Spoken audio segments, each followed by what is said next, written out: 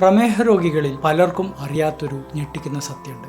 അതെന്താണ്? പ്രമേഹമുള്ള ഒരു വ്യക്തിക്ക് പലപ്പോഴും 2 മുതൽ 4 ഇരട്ടി വരെ ഹൃദ്രോഗ സാധ്യതയുണ്ട്. പ്രമേഹ ചികിത്സ കൃത്യമായി എടുക്കുന്ന രോഗികൾ പോലും ഈ ഒരു കാര്യം അവഗണിക്കുന്നുണ്ട്. ഇന്നത്തെ വീഡിയോയിൽ സ്മാർട്ടായിട്ടുള്ള ഒരു പ്രമേഹ രോഗി ചെയ്യാൻ പാടില്ലാത്ത ചില കാര്യങ്ങൾ എന്തൊക്കെയെന്ന് ഞാൻ പറഞ്ഞുതരാം. നമ്മൾ ഓരോരുത്തരും ഈ ട്രാപ്പിൽ നിന്നും രക്ഷപ്പെടാൻ വേണ്ടിയിട്ട് ശ്രമിക്കുക. ഒന്നാമത്തെ കാര്യം, ഷുഗറിന്റെ ബ്ലഡിലെ ലെവൽ നോർമൽ ആണെങ്കിൽ പോലും നമ്മുടെ ഹൃദയം സേഫ് ആയിരിക്കണമെന്നില്ല എന്നുള്ള കാര്യമാണ്. ഒരു പ്രമേഹ രോഗിയെ സംബന്ധിച്ചിടത്തോളം പ്രമേഹത്തിന്റെ കാലദൈർഘ്യമാണ് ഷുഗറിന്റെ അളവിനേക്കാളും റിസ്ക് ആയിട്ട് പറയാം. ഇതിന്റെ കാരണം ഒരുപാട് വർഷങ്ങൾ കൊണ്ട് രക്തധമനികൾക്കകത്ത് വന്ന മൈക്രോ ഇഞ്ചുറികൾ, കുഞ്ഞു മുറിവുകൾ, നീർക്കെട്ടുകൾ, അടിഞ്ഞുകൂടുന്ന കൊഴുപ്പുകൾ, ഇതെല്ലാം പതുക്കെ ബ്ലോക്കിലേക്ക് അതിവേഗത്തിൽ നയിക്കാൻ സാധ്യതയുണ്ട്. രണ്ടാമത്തെ മിസ്റ്റേക്ക് എന്താന്ന് വെച്ചാൽ പല പ്രമേഹ രോഗികളും എക്സർസൈസ് ആയിട്ട് നടത്തമാണ് കാണുക. നിങ്ങൾക്ക് ഹൃദയം സംരക്ഷിക്കണമെന്നുണ്ടെങ്കിൽ നിങ്ങൾ മസിൽ ട്രെയിനിങ്ങും നിർബന്ധമായും ചെയ്തേ മതിയാവും. അതുപോലെ തന്നെ കാർഡിയോ ട്രെയിനിങ് ചെയ്യുമ്പോൾ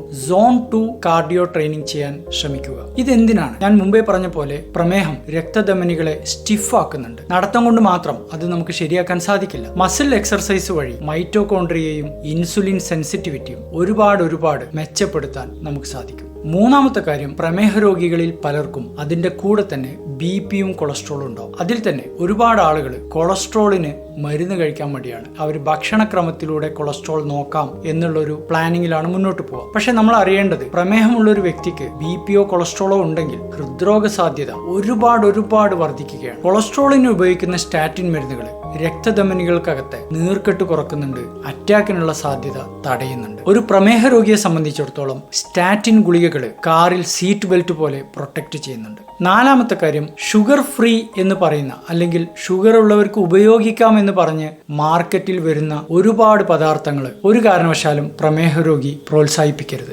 ഇങ്ങനെയുള്ള പല ഭക്ഷണ പദാർത്ഥങ്ങളിലും ഒരുപാട് ട്രാൻസ് ഫാറ്റുകൾ ഉണ്ടാവും, ഉപ്പിന്റെ അളവ് കൂടുതലായിരിക്കും, ഫ്രക്ടോസ് സിറപ്പ് കൂടുതലായിരിക്കും, ഒളിഞ്ഞിരിക്കുന്ന റിഫൈൻഡ് കാർബുകൾ ഉണ്ടാവും. ഇതെല്ലാം ഇൻസുലിൻ റെസിസ്റ്റൻസ് പ്രശ്നങ്ങൾ ഉണ്ടാക്കുന്നുണ്ട്. അതുപോലെ തന്നെ വിട്ടുമാറാത്ത നീർക്കെട്ട് ഉണ്ടാക്കുന്നുണ്ട്. ഒഴിവാക്കിയേ മതിയോ. അഞ്ചാമത്തെ കാര്യം ഉറക്കമാണ്. കൃത്യമായ ഉറക്കം രക്തധമനികളുടെ റിപ്പയറിങ്ങിന് അത്യന്താപേക്ഷിതമാണ്. ഒരു പ്രമേഹ രോഗി 6 മണിക്കൂറെങ്കിലും തുടർച്ചയായിട്ട് ഉറങ്ങിയിട്ടില്ലെങ്കിൽ രക്തധമനികളുടെ പ്രായം പൊടുന്നനെ വർദ്ധിക്കുകയാണ്. അതുപോലെ തന്നെ ഹാർട്ടിലെ ബ്ലോക്ക് ഉണ്ടാവാനുള്ള സാധ്യതയും കുത്തനെ കൂടുകയാണ്. ഉറക്കം എന്ന് വെച്ചാൽ ഫ്രീ ആയിട്ടുള്ളൊരു മരുന്നാണ്. ചുരുക്കി പറഞ്ഞാൽ, ഷുഗർ നോർമൽ ആണെന്ന് കരുതി ഹാർട്ട് സേഫ് ആണെന്ന് വിചാരിക്കരുത്. നടത്തം മാത്രം ഒരു എക്സർസൈസ് ആണെന്ന് വിചാരിക്കരുത്. ഹാർട്ടിനെ പ്രൊട്ടക്ട് ചെയ്യുന്ന സ്റ്റാറ്റിൻ മരുന്നുകൾ ആവശ്യമെങ്കിൽ കഴിക്കാൻ മടിക്കരുത്.